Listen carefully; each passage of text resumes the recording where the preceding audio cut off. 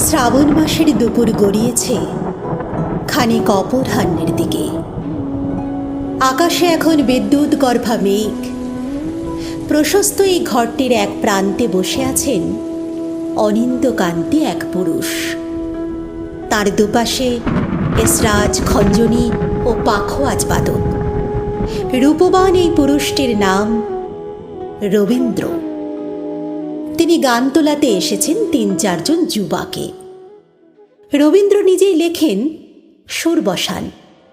খুব বেশি লোক শোনেনি এই গান, তবু যুবাদের মধ্যে যে সবচেয়ে দীপ্যমান, হীরের মতো ঝকমক করছে চোখ, সে আচমকা গেয়ে ওঠে,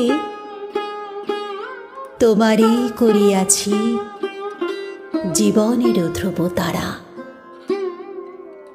কিছুকাল পূর্বে রচিত এই গান কেমন করে জানল এই যুবক? বিস্মিত হন স্রষ্টা।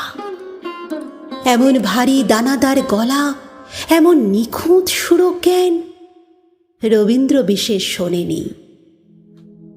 তার চেয়ে বয়সে ছোট এই ছেলেটির বাড়ি সিমলে পাড়ায়। নাম নরেন দত্ত।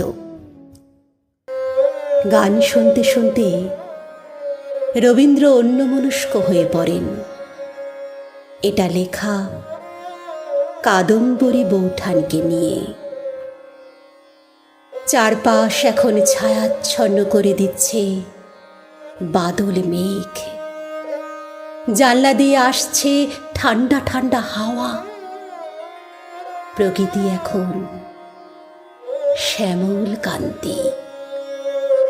নরেন গাইছে এক আকুতি থেকে, যেন সে ঈশ্বর অভিলাষী।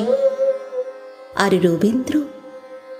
রবীন্দ্র ডুবে যাচ্ছেন স্মৃতিতে।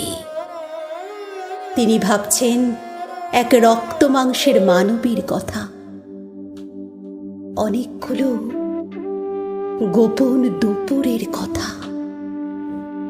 নরেন ভাবছে করুণাময়ের উদ্দেশ্যে রচিত পরের পদগুলো।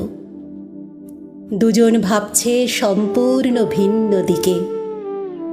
এ প্রেম ভাবছে তো ও ভক্তি, এ বিরহ ভাবছে তো ও নিবেদন।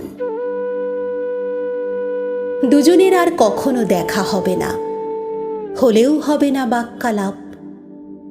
শুধু দুই বিশাল পাহাড়ের মধ্যে নাম না জানা এক রূপলি জলধারার মতো রয়ে গেল একটা গান, একটা মূর্ছনা। একটা গান, একটা মূর্ছনা।